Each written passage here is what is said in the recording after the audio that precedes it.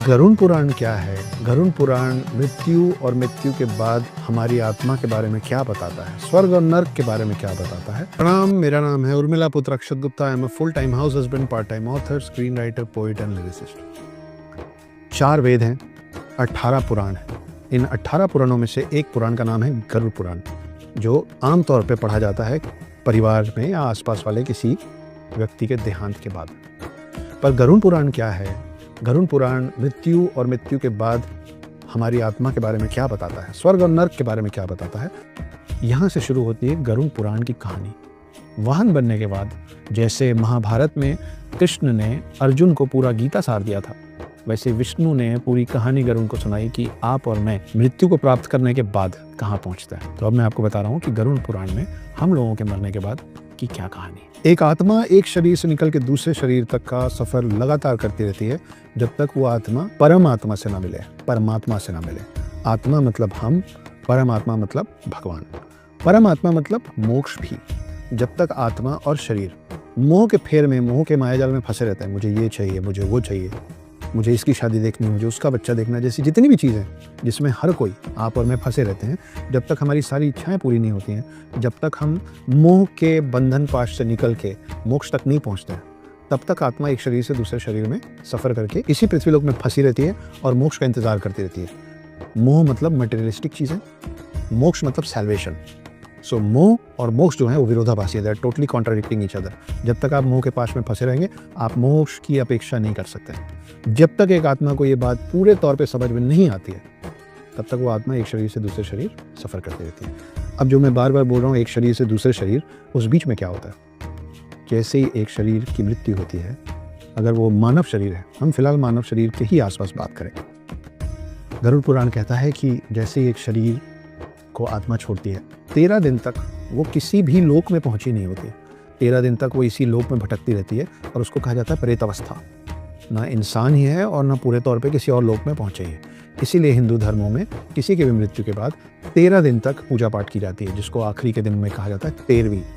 चौथा एक बड़ा दिन होता है, 11वें और 12वें दिन बड़ी पूजाएं होती हैं, और आखिरी दिन होता है 13वीं।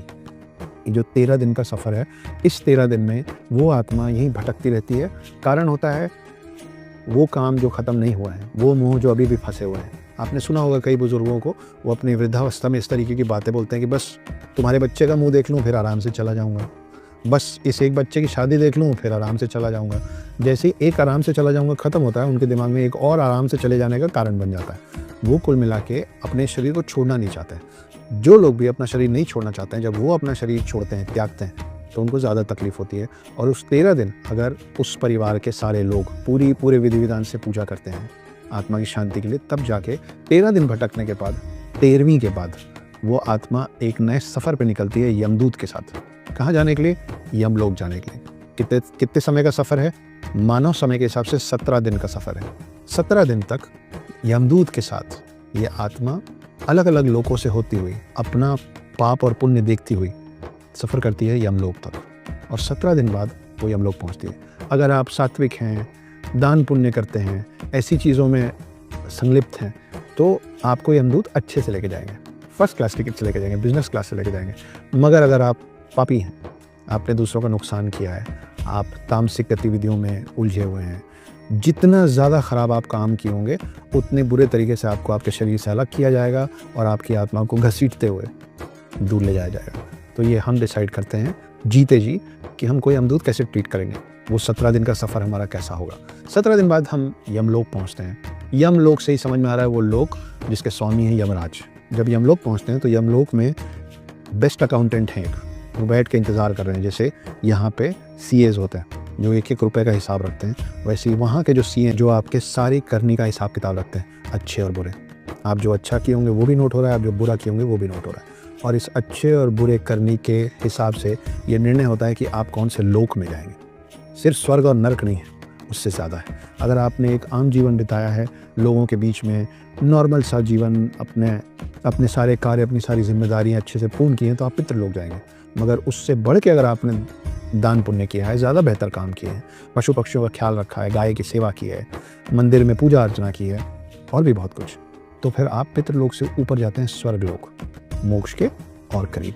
मगर अगर आपने इन सब चीज़ों का विपरीत किया है, लोगों का नुकसान किया है, लोगों को तकलीफ दी है, किसी की जान ली है, किसी का जीवन खराब किया है, तो आप जाते हैं नर्क लोक। और नर्क भी एक दो नहीं, 28 तरीके के अलग अलग नर्क हैं।